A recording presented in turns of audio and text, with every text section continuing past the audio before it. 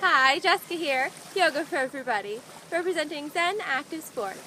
I'm back on the shores of Lake Superior, continuing to demonstrate and teach you guys some of my favorite yoga poses. This week I'll be teaching the upward facing dog pose. So let's join together on our mats and I'll show you guys how to safely get into and out of this fabulous pose. Let's begin in a kneeling position with the feet hip-width apart.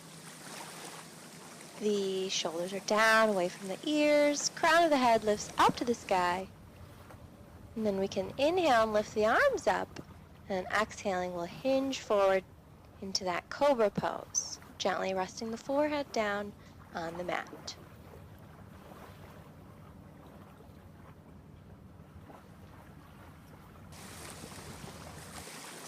Relaxing the jaw, and really focusing our awareness inward on the rhythm and the quality of the breath.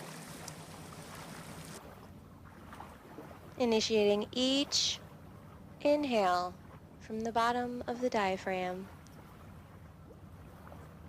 And then we can bring the head up and slowly transition to a prone position on the belly.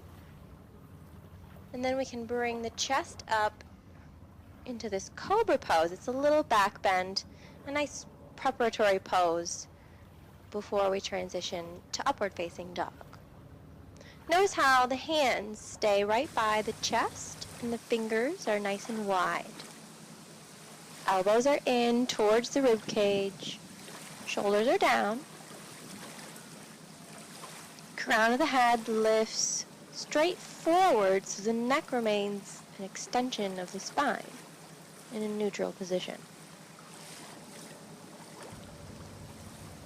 And when we're ready to come up to upward facing dog, we'll do so on the exhale of the breath, transitioning the weight onto the hands. Okay, and you may have to shift the hands so that the wrists stay below the shoulders. Okay, because we always want to stack the joints. Little bend in the elbows here. We'll be balancing our weight between the tops of the feet, which are hip-width apart, and the palms of the hands. But if that's not comfortable, a lot of times it puts a lot of strain on the wrists. Unless, of course, you have the pleasure of practicing on the beach. It takes a lot of pressure off the wrist to be on the sand. But otherwise, you can replace fists for wrists. Make a loose fist with the thumbs on top. That'll help more evenly distribute the weight between the knuckles, which is a nice option. Shoulders are down. And this time the neck turns slightly up. And then we can transition down back to that child's pose for a nice counter stretch. Give the wrists a little break. Notice how the upward facing dog pose really increases the heart rate.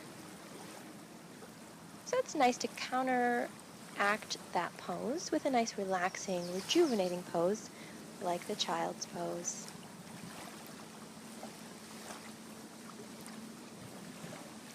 Making sure those knees and ankles stay hip-width apart. The wrists are staying shoulder-width apart.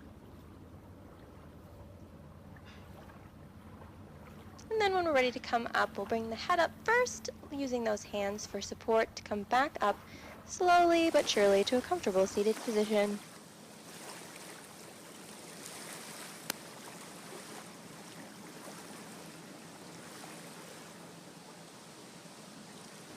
Thanks for practicing the upward facing dog pose with me here on Zen Active Sports. Be sure to stay tuned for more tips and videos every week with me here on www.zenactivesports.com. Thanks again for practicing with me. Namaste.